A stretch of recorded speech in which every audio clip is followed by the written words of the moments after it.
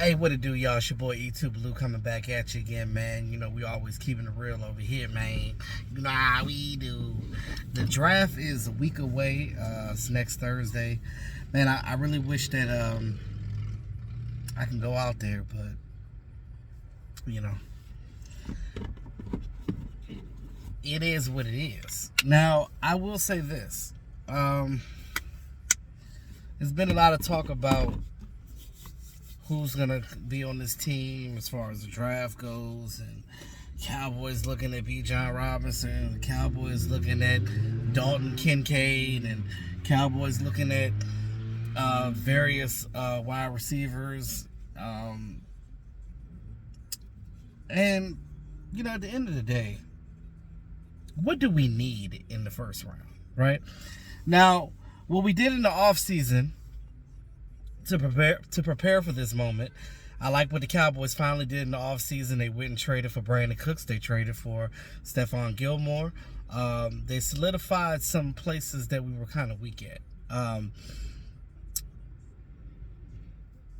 My dream was to have both Brandon Cooks and T.Y. Hilton here. That would have been cool, because I wanted to see a little bit more from T.Y. Hilton. I feel like his very brief stint here, and you know, he did get 121 yards total, no touchdowns, but I mean, that ain't his fault.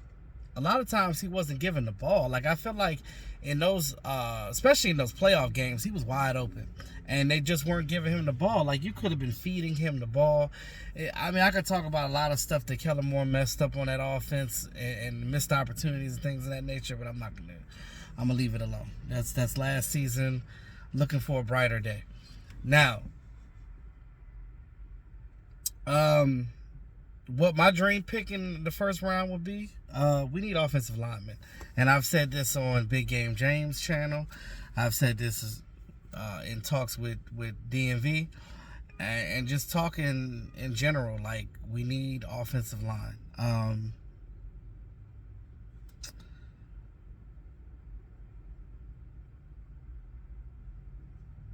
Darnell Washington, I know that he's like a tight end, offensive line type of guy. But let me tell you something. If they get him, I'm cool, because you can play him in both positions, actually.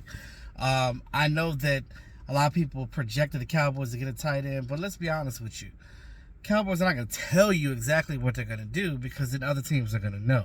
A lot of this stuff, when you hear, oh, the Cowboys are looking for this, Cowboys are looking for that, especially if you don't hear it out of the front office's mouth, a lot of it is just a smoke screen. Well, even if they do say it, it's a smoke screen, because they're not dumb enough to tell you exactly who they're trying to go get.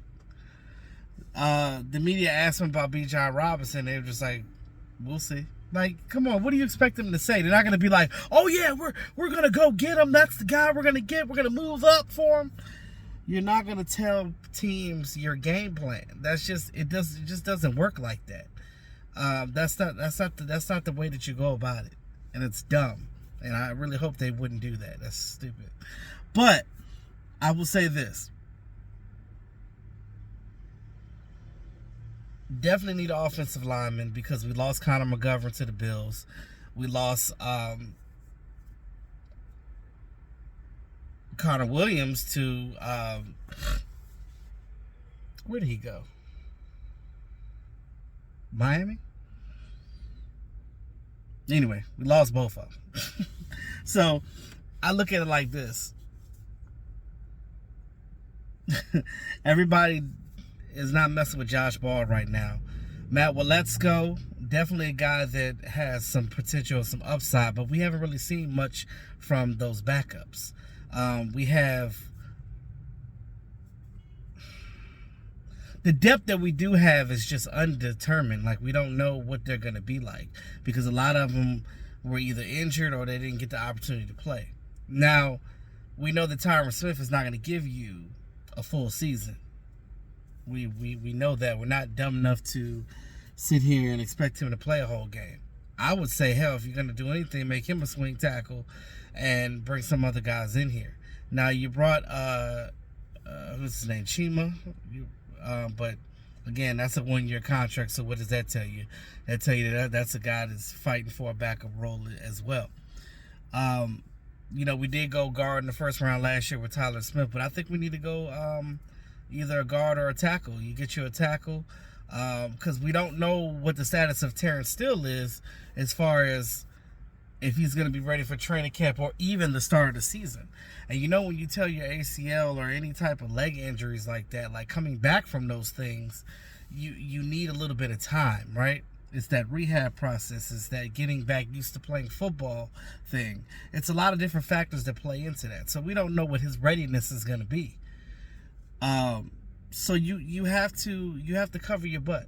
So I think they need to double dip in the draft. Not necessarily back to back, but I think they need to get at least 2 offensive linemen in the draft. 1 guard, 1 tackle, or a guard center. You know what I'm saying? Like one guy that can play 2 positions and 1 guy that's just a tackle. You can whatever you can find in the draft. Now, offensive linemen, there are a few guys in the draft that at their pick they can get. Remember, we're picking at 26. So that's technically a second round draft pick, because anything after pick number 18, 19 is technically a second round pick anyway. So if they stay pat at 26, deciding if they don't, move down or whatever. But I just really think that if they're going to stay put, go ahead and get an offensive lineman right there. That's not going to hurt. You could always get a wide receiver the second or the third. I think that if they get an offensive lineman in the first round and another one in the 5th, and then whatever you get in free agency, because we've been good with that, is not free agency, undrafted guys, I think that'll help too. Because remember, Ron Leary was undrafted. And look how good he became. Terrence Steele, undrafted. Look how good he became. He's one of the best run blockers, offensive linemen in not just on the team, but in the league right now. So, and we used to look at him like he was Chaz Green when he first came in. But outside of that, last thing I want to touch on before I end this video. Everybody's been talking about this whole Ezekiel Elliott thing, right? And, that after June 5th, Cowboys get the dead money, the money from releasing him. They keep saying the Cowboys didn't want to offer him a lowball contract. But let's be honest with you. Like, why? Who gives a shit? For Ezekiel Elliott, I'm pretty sure he wanted to see what else was out there. But the market is not good for a aging veteran running back that's been in the league for 7 years. Let's be honest with you. Where you gonna go? Who you going? Who's gonna pick you up? Nobody really wants him right now. He's still available. Now, y'all really got to stop listening to this outside media and the stuff that spews out of their mouth is just ridiculous. Because at the end of the day, Zeke Elliott is still good. He serves his purpose on this team. He is no longer that home run back, right? So we need to get that out of our minds. We need to stop judging him based on him being a home run hitter, because he's not that anymore. And he will never be that again. But what he does for your team, he did score 12 touchdowns, 7 of them 1 yard out. Now, Tony Pollard was a guy that needed to blow a lot.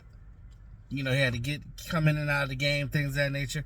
Zeke is your bell cow. He's that guy that's going to get those gritty yards whenever there's a yard or two. See, Tony Pollard is your home run guy, but Zeke is those gritty yards, and you need those gritty yards. When there's nothing there, he can still make 2 or 3 yards falling forward. And that matters. It may not be pretty, but who cares? You'd rather be in a 3rd and 6 than a 3rd and 12. So every yard matters when it comes to trying to get to the first down, when you're trying to grind those yards, because it opens up other things. And when you got 2 running backs that are different like that, it helps. Zeke is one of the best pass protecting running backs in the league. Remember, being a running back in this league is not just about running the ball. You got to be able to pass protect. So we know Tony Pollard is not good at that. So without Zeke, who else you got? They wouldn't got Ronald, but that's cool. But I think that Ronald is really another Tony. Maybe a little better, a little older. Was he a little older? I don't know. They're about the same age, I guess. Anyway, you got 2 scat backs now. but you don't have power. You don't have that bruising guy. And I really want Zeke Elliott back. Bring him back on a veteran minimum.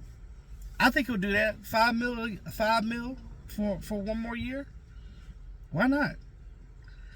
And that gives him an opportunity to not have to move. He can still be here. He's still with Dak Prescott. The team would love to have him back because they talk about how sad they were that he got released. Why not bring Zeke back? He hasn't been a problem for you. I mean, hell, all the jersey sales, who don't have a Zeke Elliott jersey? I'm just saying, like, I'll be honest with you. He's still better than Bijan Robinson. There's no back in this league that's coming out of this draft that's better than what Zeke was when he came out. Now, I get it. Zeke's older. He's got age on him. He's got miles on him. He's not a home run hitter. I don't care about that. You can get that with Tony Pollard. You can get that with Ronald. You can get that with Rico Dowdle. You can get that with Malik Davis. What you need Zeke Elliott for is those grinding yards, those tough yardage, I'm first and goal, but Tony Pollard can't get there because he ain't strong enough to get across that playing field. Zeke Elliott runs through that every time, and that's why he has 12 touchdowns and 7 of those 1 yard out. That's first and goal. However, you need to score a touchdown is how you do it. I don't give a damn if it's pretty or not. You got to win the game. And y'all need to have that same mindset. So think about what I'm saying. Why would you not want Zeke Elliott back on this team? I mean, it makes sense. You're not losing anything, especially if he agrees to a minimal contract like that, 1 year for $5 million. Do it. Shit. Do it.